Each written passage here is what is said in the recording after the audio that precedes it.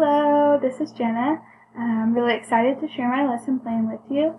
I want to start by letting you know that this is in a sense for an imaginary class because I don't teach, but I really value your input and just to see what you would think about this lesson. So I geared this lesson to be taught for adults who are part of a low beginner stage of English learning. The lesson would be taught in a public setting as well, so that's just something to consider. I decided to use a communicative language teaching approach because I think that it will help the adults in their day-to-day life to be able to do things as simply as using money or just like this lesson, shopping at the supermarket. So I just thought this approach would help them to transfer things outside of the classroom that they're doing. And I know that they're busy, so I feel like the more that they practice inside the classroom these things, and hopefully it would transcend to outside the classroom. So let's go ahead and get started. I first wanted to begin by reviewing with my students some of the things that hypothetically they've already learned. And so we've already learned how to introduce ourselves. So we'd go over, hello, my name is Jenna. What's your name? We would talk about how to ask about how someone is doing. I would have my students, again, volunteer these things, these examples as review.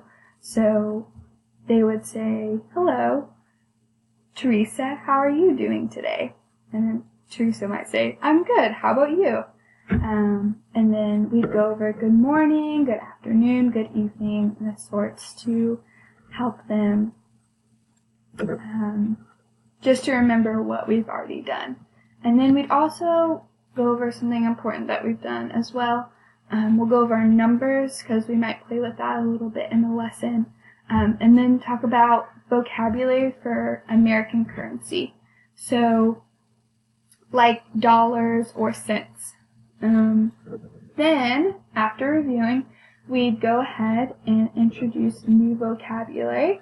And I have a PowerPoint that I wanted to bring up, if it permitted me to, in class, because I thought it would be helpful. And the lesson is shopping at a supermarket, so I put that as the title. And I'm going to go through kind of fast because you guys already know how to say these things. But I might give you an example of what I would do with them. I would show them, again, what a supermarket looks like, and just go over the word supermarket with them so that they know what we're talking about in general. Then to go over shopping, to tell them that, these people are shopping at the supermarket. They're getting lots of produce and different things. And so they shop here. These girls shop as well, but they're shopping not at the supermarket for clothes or shoes. So there's different types of shopping, but we'll talk about the supermarket kind of shopping. So the next one, we're going to talk about fruits, vegetables, and then other things that they might like to buy depending on their culture or just what they know they like. So we'll talk about fruits, and again, I'll give you an example of how I would say these things. So I might say, okay, everybody listen to me, bananas, bananas. Then I would say, alright, let's do it together. And then we would all say bananas together. As to demonstrate to them what it sounds like, and then also for them to do it themselves.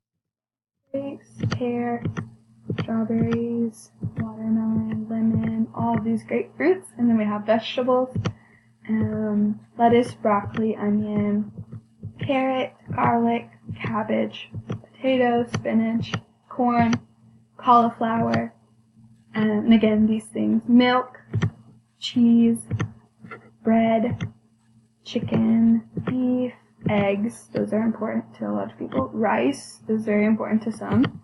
And beans, those are all good healthy choices as well.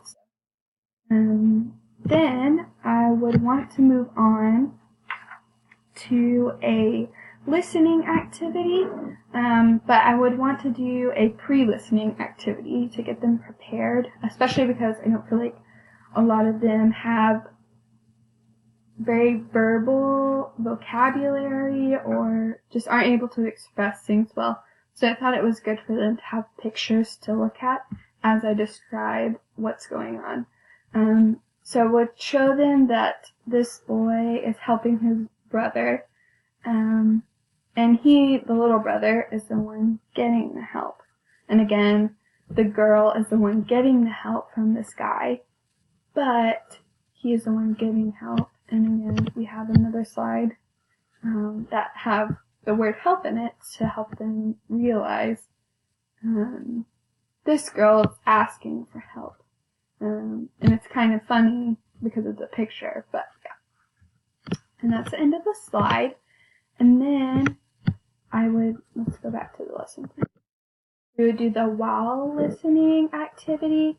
And there's a video about asking for help and giving help at a grocery store.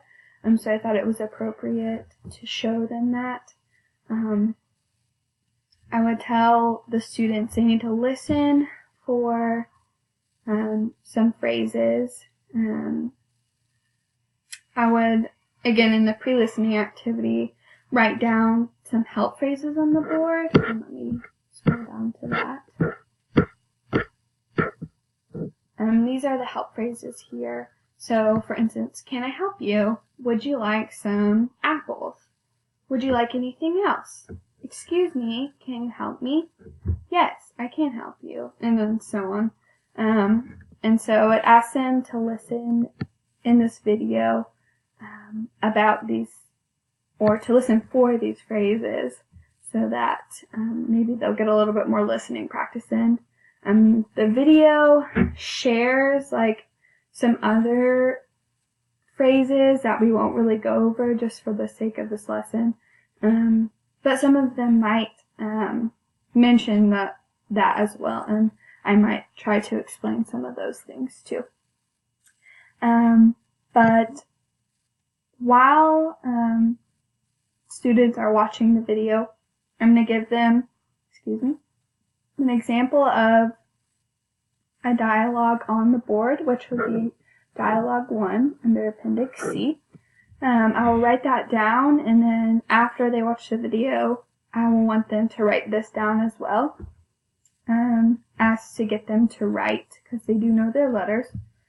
And then that would lead us into our big group activity. So I have items here on the table that kind of correlate to the PowerPoint. So fruits, vegetables, and just other various rice, chicken, kind of things like that. So I would ask for a volunteer and then have the student come up and tell them I'm going to be the shopper and they will be I'm going to be the shopkeeper or the cashier, and then they'll be the shopper. And so I would be person A, they're going to be person B. So I would start, can I help you? And then I would gesture to them, and they would say, yes, I would like some eggs. They might pick up that. Or apples, like the example says. Then I would say, would you like anything else? And they can choose either option to do. And again, we have numbers and kind of currency here. So this just gives them practice to be able to say these things verbally if someone is trying to help them to express what they need help with. And then we'll do that several times. With the dialogue will be on the board so they can look at it. And if I feel like they're doing pretty well, then I'll erase it and we'll just do it like that. And if they need help again, I can write it back up. But I want them to get practice without doing it by looking on the board. So, and then if they get really good, I would love to have them take my place as the shopkeeper or the cashier, and then ask for another volunteer, and then just see how they would dialogue as well. And then that gives all the other students a chance to listen and hear these things too. And then if there's time, I would love to do dialogue 2, which would again be here. But it kind of allows them to ask for help. So I would again demonstrate by being person A, and then ask another student to be person B, and say, "Excuse me, can you help me?" And they would gesture to them, and they would say, "Yes, I can help you. Where are the bananas?" And they would say, "Let me show you," and they might give me the banana flashcard. And I would try to demonstrate that for them.